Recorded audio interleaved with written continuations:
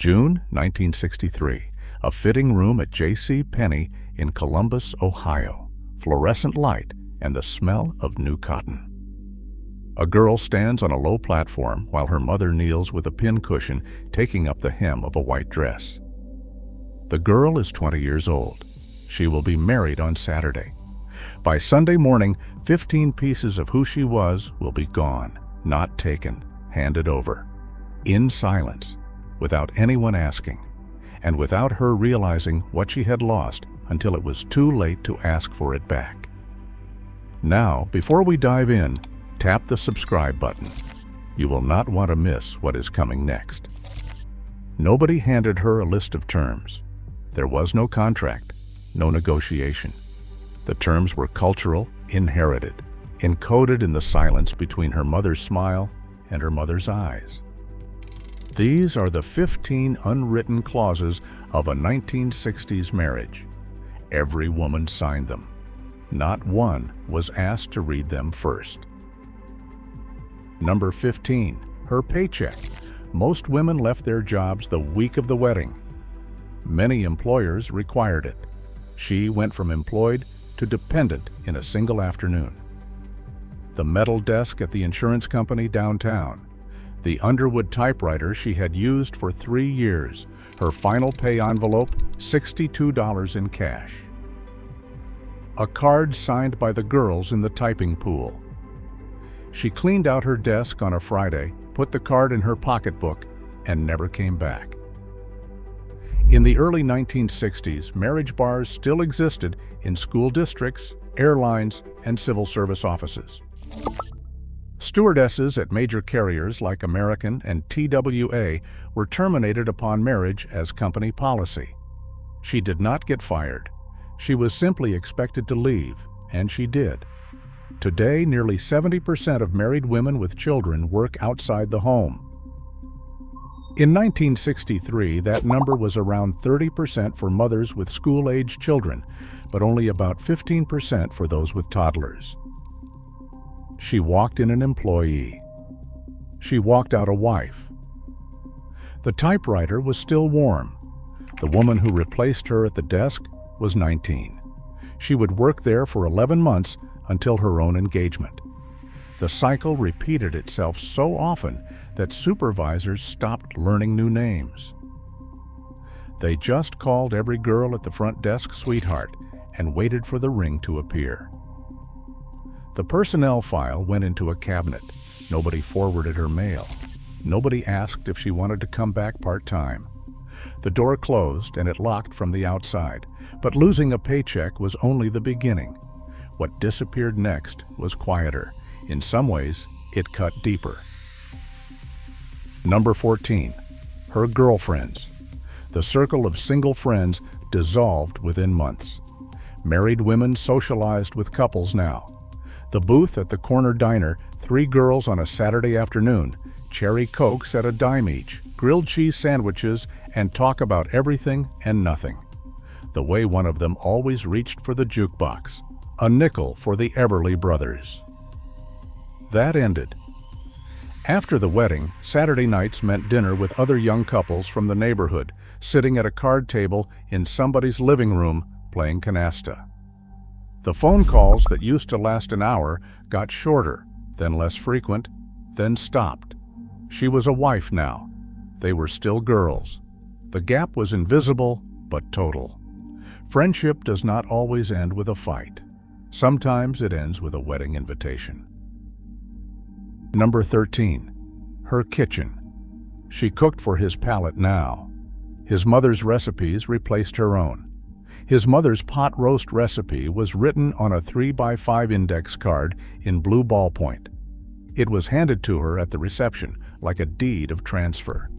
He liked his eggs over easy, not scrambled the way she had grown up eating them. Betty Crocker's picture cookbook cost $3.95. She dog-eared the pages he liked. Her own mother's recipes, the goulash, the lemon icebox cake, the cornbread with bacon grease, sat in a tin box on the top shelf. She still made them sometimes, on the nights he worked late. The recipes she grew up on did not disappear, They just waited. Some of them are still waiting. Number 12. Her wardrobe. Her clothing changed the week after the honeymoon. She dressed like a wife now. The cherry red cotton circle skirt she wore every Friday in high school, folded and stored in the cedar chest. Peter Pan collars replaced by modest V-necks. Saddle shoes traded for sensible flats from Sears at $2.98. A girdle every single morning, the bones pressing against her ribs before breakfast. A full slip under every dress. Stockings from the Woolworths counter at 69 cents a pair. She did not throw the red skirt away. She put it somewhere she would not have to look at it. The closet told the story before anyone else did. The girl was gone. The wife had arrived. She changed her clothes, she changed her kitchen, she changed her Saturday nights. But the next thing she gave up, she had carried with her since the day she was baptized. Number 11. Her church. She switched to his denomination. The congregation she grew up in saw her at Easter, if at all. The Methodist Church on Elm Street, 3rd row, left side. She was baptized there. She sang in the junior choir, and she knew every hymn by number. Number 278 was Amazing Grace. Number 412 was Just As I Am. After the wedding, she sat in a different building on a different street, learning a different order of service. First Baptist on Vine. She learned it by the second month. She smiled through it. Her mother still sat in the 3rd row on the left side of the Methodist Church on Elm. The space beside her never quite filled again. 5 things in, and notice what they share. None of them appeared on the marriage license. No lawyer read them aloud. No minister mentioned them at the altar. They were the fine print of a contract written in custom, not in law. Every woman in 1963 signed that contract, because her mother had signed the same one, and her grandmother before that. The terms were inherited like a kitchen table. Nobody questioned the table. You just sat down. Number 10. Her car. One-car family. He drove it to work. She was home. A 1960 Ford Falcon in the driveway, dove gray, 80,000 miles, and a dent in the rear quarter panel. He backed out at 7:15 every morning. She watched the taillights from the kitchen window. The grocery store was 6 blocks away. She walked it with a folding wire cart, winter and summer. The pediatrician was 2 miles. She waited until he got home. If a child spiked a fever at noon, she called the doctor. And she waited. The world shrank to the distance her own 2 feet could carry her. Today, the average American household has nearly 2 vehicles. In 1963, she had none on a weekday. Independence has a sound. It is the jingle of car keys in your own hand. She did not hear it for years. In the winter, it was worse. January in Ohio, with a 2-year-old on her hip and a bag of groceries in the other arm. The sidewalks iced over. The wire cart slipped on the pavement. She learned to wrap the wheels in old rags for traction. A neighbor once offered her a ride, and she almost cried. Not from gratitude, but from the shock of someone noticing. Most days, she was invisible on that sidewalk. Just another young wife pulling a cart past houses where other young wives were pulling carts. A fleet of women walking in the same direction, none of them with keys in their pockets. Number 9. Her doctor. Medical decisions were not hers to make alone. The doctor's office on Main Street, wood-paneled walls and the smell of rubbing alcohol. A male physician in a white coat. He spoke to the husband first, explained to the husband, asked the husband how many children they were planning. The pill was approved by the FDA in 1960. Anovid, made by G.D. Searle, cost $11 a month. but many doctors would not write the prescription without the husband's knowledge. In 1965, the Supreme Court ruled in Griswold v. Connecticut that married couples had a right to contraception, but it was not until 1972 in Eisenstadt v. Baird that the court extended that same right to unmarried people. She could feed a family, keep a home, manage a budget to the last dime. But the most consequential medical decision about her body was made in a room where the doctor looked at the man sitting next to her. The examination room had a door, but it did not close for her. It closed for the conversation between the doctor and her husband in the hallway afterward. She sat on the paper-covered table in a cotton gown that tied in the back and waited to be told what had been decided. The stethoscope was cold against her chest. The questions were not directed at her. How is she sleeping? Is she eating well? As though she were not sitting right there in the room, as though the body being discussed belonged to someone else entirely. She answered anyway. Nobody wrote down what she said. She lost her doctor's attention, but there was a quieter loss that came once a year, every November, that nobody ever talks about. Number 8. Her holiday table. Christmas and Thanksgiving moved to his mother's house. Her mother's Thanksgiving table, the one she had sat at every November of her life. The Corelle dishes, the green bean casserole made with Campbell's cream of mushroom soup at 23 cents a can. The cranberry sauce still holding the shape of the can. The folding chairs brought up from the basement. After the wedding, all of that belonged to someone else's Thursday. Thanksgiving was at his mother's house now. His mother's turkey, his mother's yeast rolls. Her own mother set one fewer plate. She drove over on Wednesday afternoon, helped peel potatoes, and left before the meal. A holiday table is not furniture, it is a head count, and someone always notices who is missing. Number 7. Her bedroom. She had a room of her own since childhood. That ended on the wedding night and never came back. The twin bed with the white chenille bedspread. The vanity mirror with the oval frame and the postcards tucked into the glass. The shelf with the high school yearbook and the dried corsage from junior prom. The door she could close. The quiet that came with being the only person in a space that was entirely hers. That ended. She would share a bed, a dresser, a closet, a bathroom for decades. She would not sleep alone in a room again until she was a widow or until the last child moved out. Privacy is not a luxury. It is a room with a door that closes and no one on the other side who needs something. She gave hers away at 20. There is a reason women of that generation scrubbed kitchen counters at 11 at night. It was not cleanliness. It was the only hour no one was watching, no one was asking, no one needed. The sponge in her hand was not a tool. It was an excuse to stand still in silence. The fluorescent light buzzing above the sink, the faucet dripping, the house finally quiet. She could hear herself think for the first time since 6 in the morning. And she called it cleaning, because there was no word yet for what she actually needed. Number 6. Her signature. She practiced a new signature. The handwriting she had perfected since 3rd grade was suddenly wrong. Palmer method, cursive, every loop and slant drilled into her hand at the schoolroom desk. She had written her name 1,000 times on school papers, library cards, the back of photographs.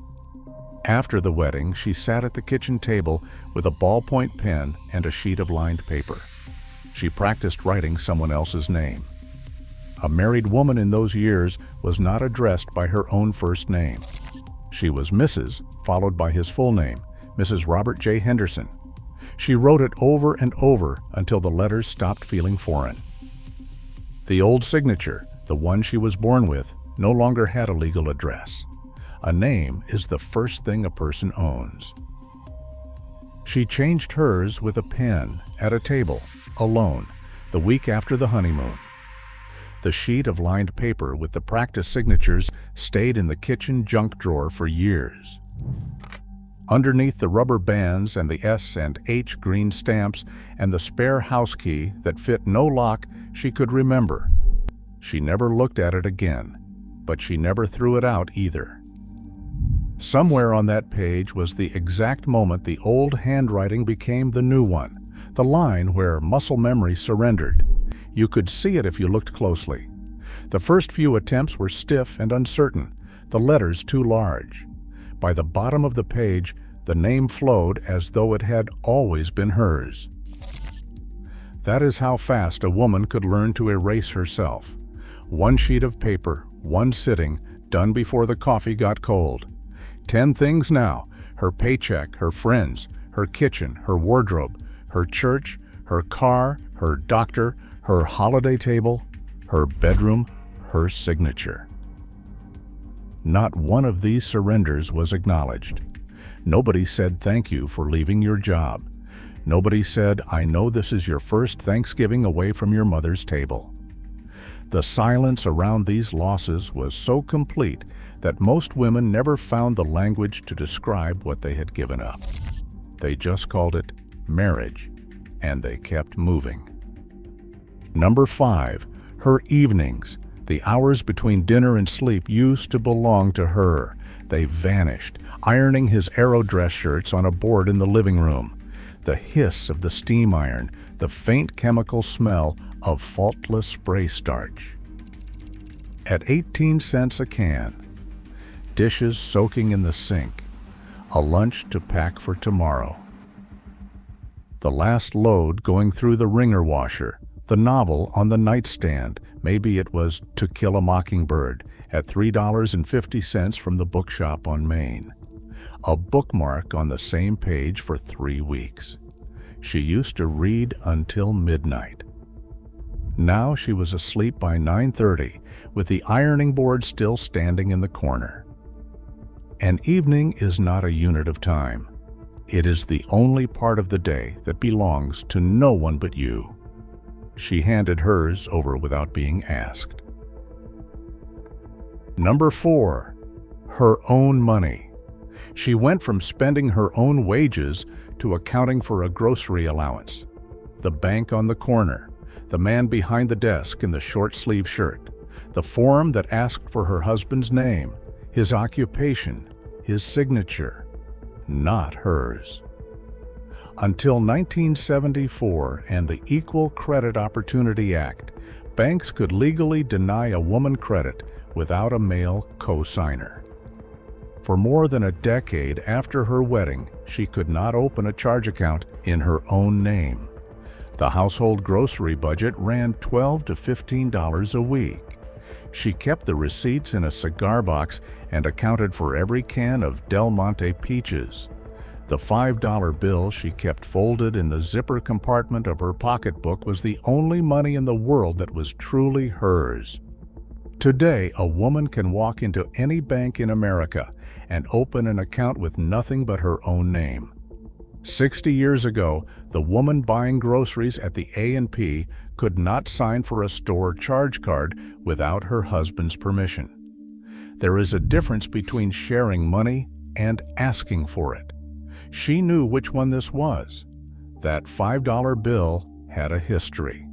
She kept it from her last paycheck, the one from the Friday before the wedding.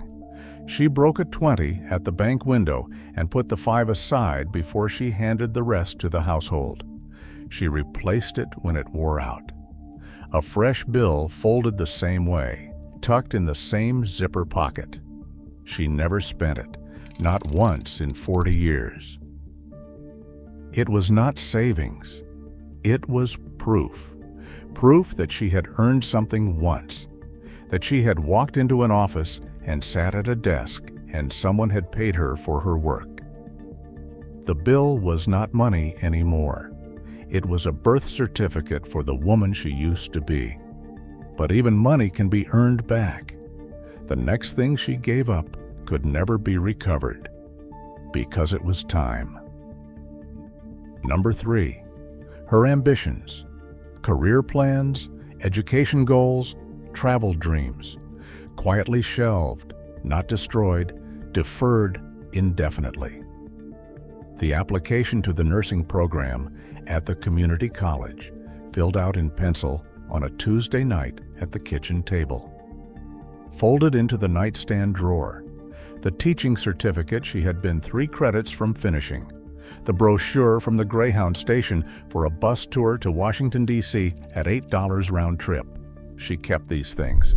She did not throw a single one away. Today, millions of young women film videos romanticizing the life of a 1950s housewife. Vintage aprons, homemade bread, soft lighting on a wooden cutting board. They call it the trad wife life. They are choosing it. She did not choose it. She inherited it. And she filed those brochures in a drawer because she believed she might go back to them someday. She never did. That is the saddest part. Her daughter found the nursing application 40 years later, in the nightstand drawer, behind a box of tissues and a tube of hand cream. The pencil marks were faded but legible, every blank filled in with careful handwriting. The admissions essay on the back was 3 paragraphs about wanting to help people. It was dated September 1962, 8 months before the wedding. The paper was still crisp, never folded more than once. She had put it in that drawer and closed it the way you close a casket, gently, final, without looking back. Her daughter held it under the lamp and read every word. Then she put it back exactly where she found it. Some things you cannot fix by finding them too late. Number 2, her say over her own body. She did not decide alone when she became a mother, or how many times. Children were not chosen in those years, they were expected. The question at every Sunday dinner and holiday gathering was not whether, but when.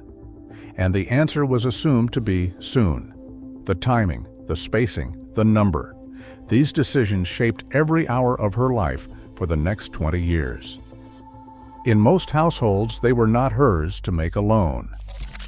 Silence decided more than conversation ever did. She could run a house, stretch a grocery budget across 7 days, keep 4 children fed and clothed without a manual. But the most consequential decision of her life was not hers to make. It determined the shape of every day she would live, and she was expected to call it a blessing each and every time. Number 1, her name. Not just her last name, her first name. She became Mrs. Robert J. Henderson. The woman she had been for 20 years was folded into a title and another person's name. The envelopes that arrived at the house said Mrs. Robert J. Henderson. The church bulletin said it. The PTA roster said it. The Christmas card list did too. The phone book entry also did. Her first name, the one her mother whispered the day she was born, did not appear on a single one. Under the old legal principle of coverture, remnants of which still clung to the law for centuries, a married woman's legal rights were historically swallowed up by her husband's. She filled out forms. She wrote checks. She signed permission slips for the children's school trips, and on every single one, she wrote someone else's name. She signed the marriage license with her own name. It was the last time she would use it in full for a very long time. The girl her mother named was not gone. She was just unsigned. She did not call it sacrifice. She called it Saturday. She called it setting the table. She called it marriage, and she called it life. And when her daughter, years later, sat across from her at that same kitchen table and asked what she had given up, she paused. Not because she could not remember, but because she had never once been asked. The coffee was still warm. The answer was everything. And she said nothing, honey. I did not give up a thing. And if you want more forgotten wisdom from the generations who came before us, the next video is waiting for you right now.